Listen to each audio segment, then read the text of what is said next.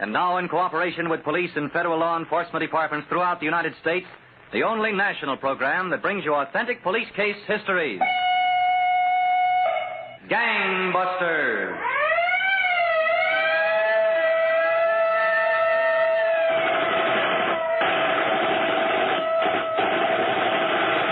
Tonight, former heavyweight champion of the world, Jim Braddock, narrates the case of the Jersey Butcher Bandits, who netted $250,000 in hot dollars until persistent detectives matched a cream-colored sedan with a snapshot taken on a bathing beach.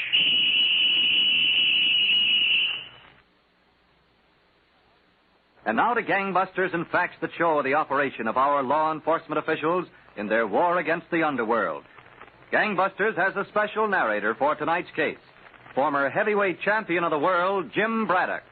The inside facts in the case of the Jersey Butcher Bandits. You know, Mr. Braddock, Gangbusters listeners usually expect to hear our case histories narrated by police officials. I know it, Don Gardner, and the name is Jim. The two detectives who worked on it are close friends of mine. One of them was my sparring partner. I saw them work for 48 hours without sleep and for weeks without taking a day off. So I called you up. I thought that I, as a citizen, should come and tell other citizens what our police are doing to protect us. Well, when you got in touch with us, Jim, we thought it would be a splendid idea, so why don't you go right ahead? All right, Don. Suppose we begin one day last summer. Several longshoremen were stretched out in the shade of large packing cases on the dock of the Hoboken, New Jersey. They had finished their lunch and were waiting for the whistle before they went back loading the freighter that was tied up alongside. The conversation actually had turned to a subject on which they were all experts. Yeah, and I'm telling you, that's what he did it in. Huh, 141 3/5. You're talking through your hat, Sud. You don't know a thing about it. Who don't know a thing about what? Where do you get off at being such a man with the figures? I'm telling you, no horse ever ran a mile and a 16th in that time unless it was downhill and a truck was pulling him. Oh, you don't think so, huh? How about that, Phil? He says I'm a liar, practically. Be a liar. Who cares? I care, that's so. No horse ever ran it in 141 3/5. Okay, Sud, you got your opinion. How'd you like to back it up with a little cash? Sure, I like to back it up with a little cash. And you can look it up in any record book you got. You're on. For how much? You name it. Anything up to $5. Okay, that's enough talk about horses. You mean $500? What do you think I mean, cigar, you? All right, there's the whistle. Talk about it later. Let's get back to work. Oh, my back. Why do we always get tracked? 500. He never saw 500. Didn't I? I'll show you what... Suds. Never saw $5. If that whistle hadn't have blown, Suds would have kicked you right in the face. Oh, for crying out loud, for what did I do? 500. What do you think we're working this dock wallopers for? To show how much money we got? Now get to work. Okay. I'll see you after the shift. We'll pick up Whitey and go over the deal for tonight.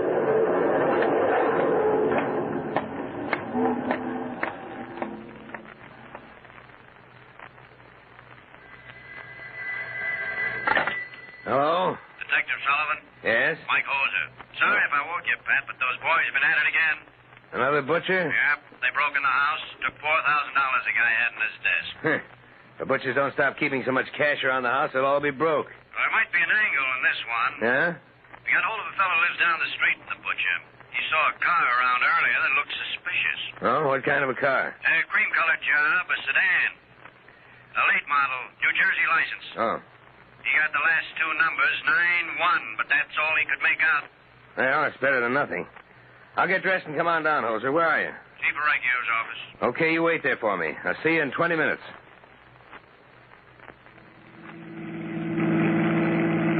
What a racket.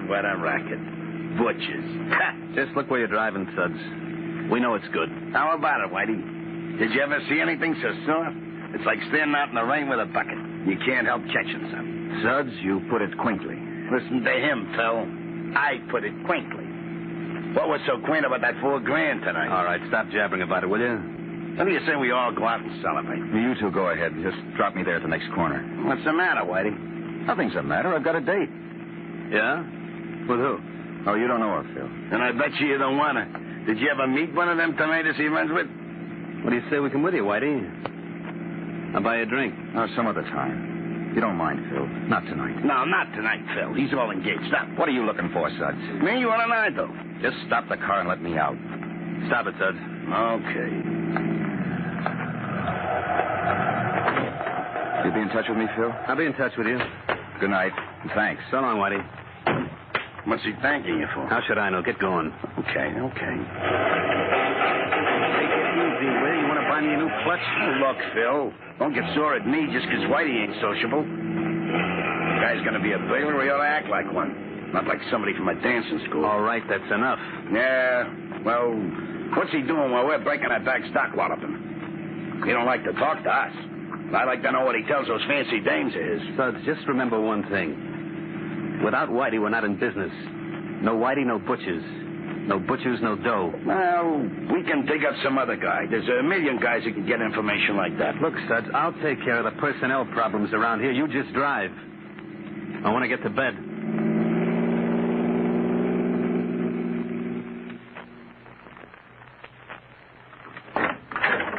Hello, Chief Raycue. Hello, Chief. See, Sullivan. Thanks, Chief. Dr. Moser? Thanks. All right, now, what's this idea? Well, We thought Chief... You tell him, Pat. Okay. Chief, we know the last two numbers of the car. We know it was a cream-colored job, probably a Dodge. We want to go through all the Jersey registrations and see if we can't locate a car that fits that description with the last two numbers, 9-1. Well, you know, there's over 1 million cars registered in the state. We know it, Chief. And that car might not even have been involved in the burglary last night. So you don't think it's such a good idea, then? Oh, just a minute, Sergeant. Who said it wasn't a good idea? These men have burglarized the homes and held up the shops of a dozen butchers. Their take has run to nearly $250,000. Any chance at all of getting them, I'm for it. Okay, Chief, we'll get busy on the registrations right away. Just a minute. Yes, sir? Let me call Trenton. I think their card sorting machines can save you a little work checking through those registration lists.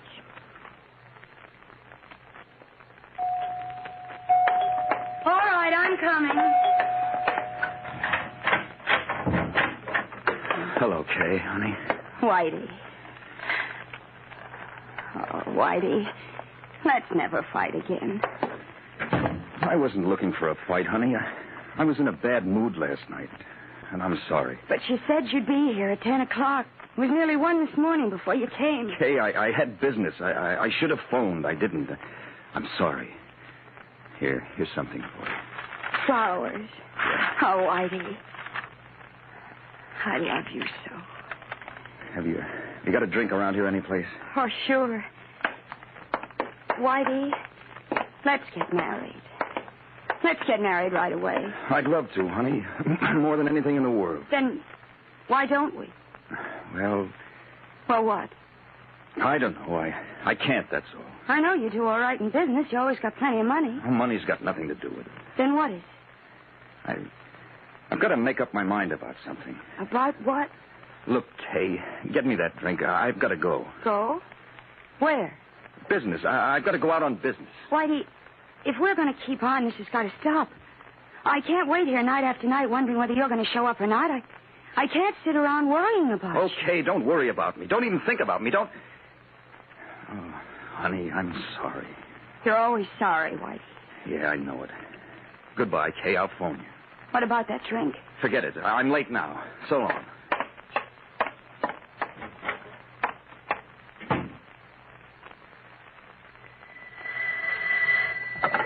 Sergeant Hoser speaking. Hello, Hoser. Pat Sullivan. Well, how are you making out down in Trenton? Okay, I think I've got something we can go on. I hope you have. They got another butcher last night. I was afraid of that. The guy in Cliffside Park, they took over $12,000 from him. He was hiding it in a bookcase. Well, What did you find out? there's half a dozen or so cars that fit the description, but one looks really interesting. Yeah? Did you ever handle a guy named DeFelice? Philip DeFelice? I sure did. I sent him up about 5 years ago. Well, he owns a brand new cream-colored Dodge sedan. License number HO691. Well, that looks like a ticket, doesn't it? You said it, Hoser. It really looks like the ticket. Look, I'm leaving Trenton in an hour. As soon as I get back, let's make arrangements to grab this DeFelice with the goods. So, Don, Sergeant Hose and Detective Sullivan had their first lead to the criminals they sought. But they learned that weeks of patient waiting were ahead before they could make their move. Now back to Gangbusters and the former heavyweight champion of the world, Jim Braddock. Now, you were telling us, Jim, that Detective Sullivan and Sergeant Hoser had used a slim clue to trace an automobile observed near the scene of one of a dozen burglaries that had plagued northern New Jersey. That's right, Don. One night, the police and a criminal known as Suds were in a Hoboken bar, unaware that the two detectives were seated a few tables away.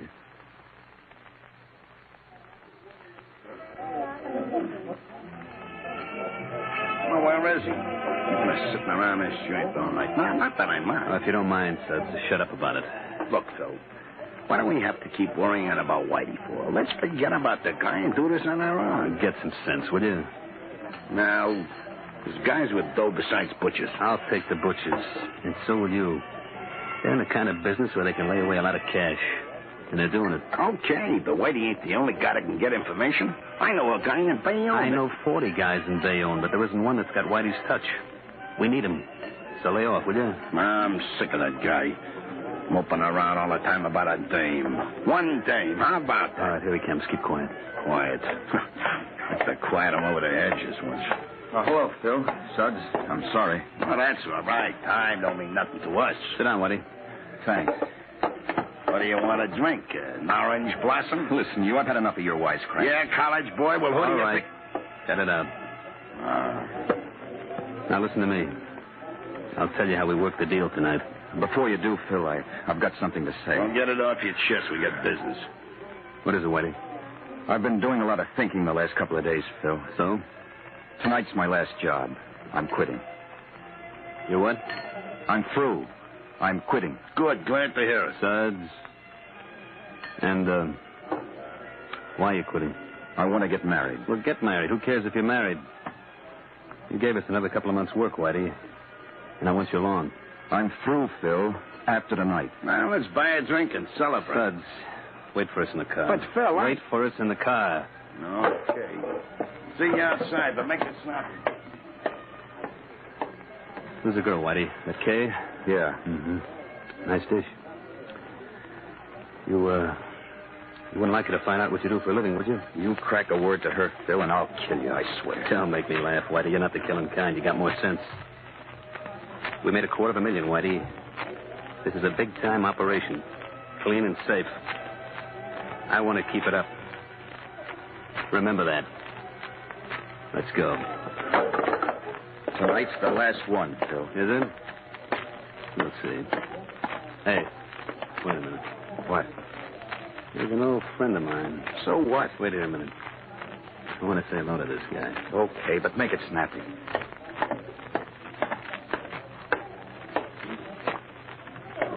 Well, Sergeant Hoser. How are you? Hello, Phil. What are you doing these days? Oh, I'm a reformed character, Sergeant. You taught me a lesson. I'm working hard in the docks. Glad to hear it. I just thought I'd drop over and say hello. So long. So long. Got to get up early for work tomorrow.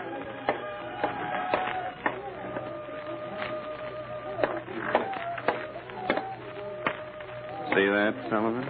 Yeah, that guy sure got a lot of nerve. I'd say he's pretty sure of himself. You don't think he's wise that we've been on his tail? No, I don't think so. But we'd better stay away from him tonight. Yeah. Okay. That blonde fella he was with, he's been around enough to be the third man in the band. Maybe. If we can get a chance to make a picture of him, maybe we can find out who he is. Well, if I see any chance to get that picture, I'll let you know. Come on. Let's call it a night. Yeah. Waiter. Waiter.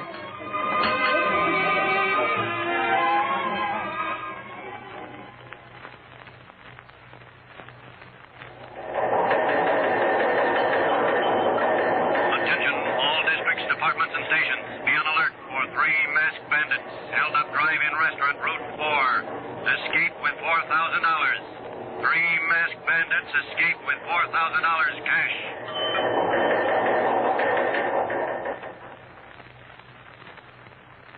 I don't know, Chief. I'd lay my bottom dollar it was them. They were in the neighborhood. Well, maybe, Sullivan, but there's nobody that can identify them. Have you got anything more on the other two? Well, this one they call Suds. His real name is Carlo Rinzuelo. 10 arrests. Oh, Robbery. excuse me, Sergeant. Yeah, sure. Chief Araki talking. Hello, Chief. Sergeant Hoser. Yes, Sergeant? Is Sullivan around there? Yeah, sitting right here. Just a minute. Sergeant Hoser back. Oh, thanks. Hello, Hoser. What's up? They're all at the Palisades Park swimming pool. All three of them? Yep. The third boy's with a girl, a good-looking number. The police and Suds got here a little while later. Looks like they're keeping an eye on the third one. No kidding. Say, look, this may be our chance to get those pictures. Yeah, Pat, it might be. Look, I've got an idea, Hoser. I'll go by the house and pick up my little girl. We'll be there in less than an hour.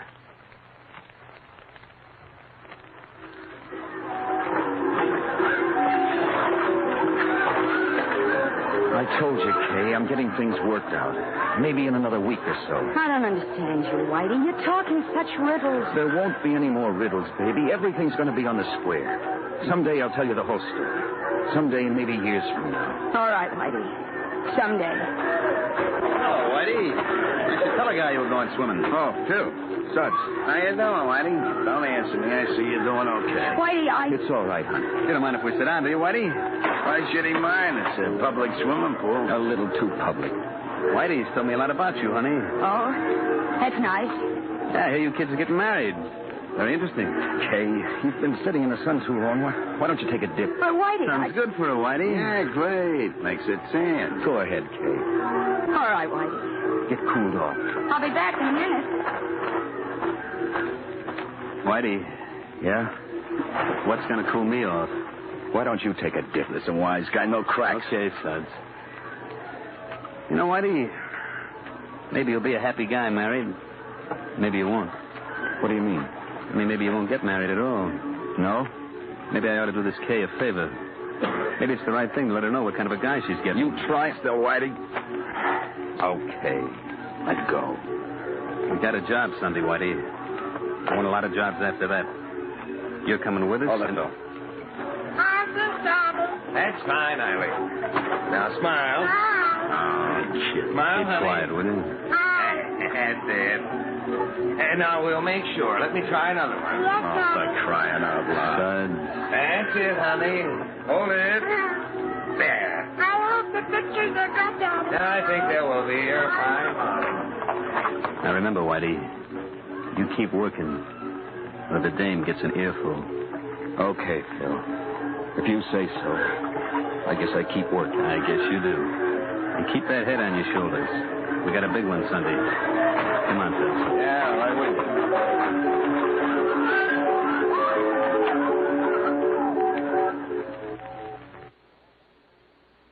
Now, back to Gangbusters and Jim Braddock, former heavyweight champion of the world. Now, you've told us, Jim, that Detectives Sullivan and Hoser make some interesting pictures at a swimming pool. Yes, Tom. And as soon as they were developed, several victims identified Whitey as the salesman who came to call on them. But meanwhile, other important events were taking place. Hello? Hello, honey. Whitey. Get your things packed, Kay. We're leaving tonight. Leaving? For where? I don't know. Any place we can get married. Oh, Whitey. I'll be by around 7, honey. Be ready. Well, I don't know what to pack if I don't know where we're going. Pack everything. We'll be gone a long time. Maybe for good.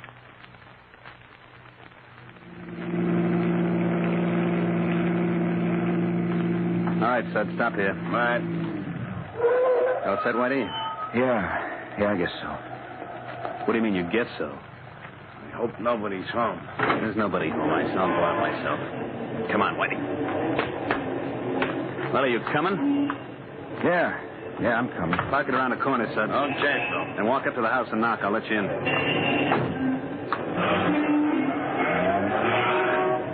All right, let's get inside, Whitey. There's about $6,000 in that house someplace. Take the side door, huh, Whitey? Yeah, the side door should be easy.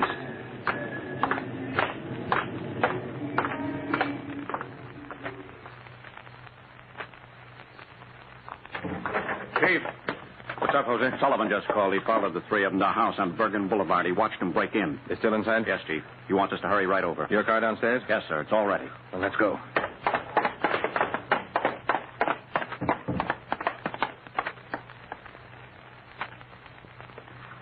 Whitey. What? When you stop daydreaming and help Suggs look around for that dough, how long do you think we can stay in here? Okay, take it easy. How about the china closet, Suggs? I looked in there. See if there's any packages pinned up in back of those drapes. Well, go on and look, will you? Okay, Hey, Get away from that window. Phil, What? cops, 1,000 of them. You kid, get down. All right, both of you, crawl over here. What are we going to do, Phil? How are we going to get out? Shut up, will you? Stick on the floor and keep quiet. The three of you, come out. Come out with your hands up. The place is surrounded. Come on, let's get out. Keep your head down. Come out in 10 seconds, or we'll fire. We'll go upstairs. We'll hold them off from there. We haven't got a chance. What are you, yeller? Yeah, what if I am? I'm no dope. Why, you're... Get down. Machine guns. Who counted on machine guns? Shut up. Come on, Phil, let's skip up. We're going upstairs. We're going to hold them from there. Come out. Come out now. Don't shoot. Whitey, don't shoot. I give up. Whitey, wait for me. Whitey, Suggs, come back here. Don't shoot. We give up. Oh, there. Walk down here with your hands up. Okay, we're coming. We're coming. That's far enough, Whitey. Where's the police? He's upstairs. I think he went upstairs. Oh, my Lord. What a mess. You should have thought about that some time ago. Come on, Hoser. Right. He's got a gun. All right, men. See two of the cars. Hold it. Yeah. Kick the door open. Yeah. There he goes. Upstairs. Come on, Sullivan. What's in the first room? Watch it, Jose. He'll shoot if he can. Don't worry. Okay. Come on out of there, Phil.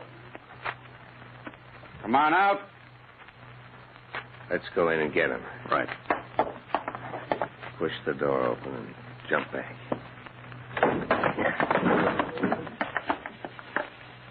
Come on out, Phil. Let's get him. Under the bed. Come on out. Okay, I'm coming. Take it easy. First, slide that gun out. Here it comes. Now you crawl out. All right. Take it easy now, will you? Just take it Up easy. on your feet. Up on your feet. All right. We waited a long time for this, mister. Just walk. We're right behind you. And this time we know where you're going. So, Don, that was how Detective Pat Sullivan and Sergeant Hoser wrote a successful end to the case on which they spent weeks and weeks of hard work. The criminals were all convicted and received long sentences. Well, Jim, those officers deserve all the credit in the world for a really fine job. They certainly do. And I'd like you to meet one of them right now in person. Detective Pat Sullivan, meet Don Gardner. How do you do, Detective Sullivan? Hello, Don. We're certainly glad to have you on Gangbusters. It's a pleasure to be here. And before I forget, I've been asked to say hello to you and your gangbuster audience by Detective Sergeant Mike Hoser. Well, you two certainly made a winning pair in the case we dramatized tonight. Thanks, Don. And we owe a lot to our chiefs, Joseph Steinell of North Bergen and Frank Burrell of Cliffside Park, for letting us work together on this case. Oh, and say, speaking of winning pairs, you and your daughter didn't do so badly either. That's right, Don. Little Eileen has always kept tabs on all my work. Well, you know, one thing puzzles me, Detective Sullivan. These butcher bandits during their criminal careers got away with about $250,000, and none of this money was recovered. Can you explain this? I think so, Don. You see, as the investigation went on, we learned that one of the criminals had bought 2 racehorses. One was named Caffeine, and the other Sweet Barbara. But neither of these nags ever crossed under the wire as a winner, even though the gang kept up a blind confidence. And that's where all the money went? Most of it, we think. The rest was used to keep them in their short-lived high style. And now, instead of looking at race betting windows, they're all peering out of prison cells. That's about it, Don. Well, thank you, Detective Pat Sullivan, for coming here tonight and being our guest on Gangbusters. And also to you, former heavyweight champion Jim Braddock. It was a pleasure, Don. The only thing I didn't like about it was not being able to sit in my chair at home and listen to Gangbusters. Well, that you can do next Saturday night, Jim. I'll be listening, Don. Good night.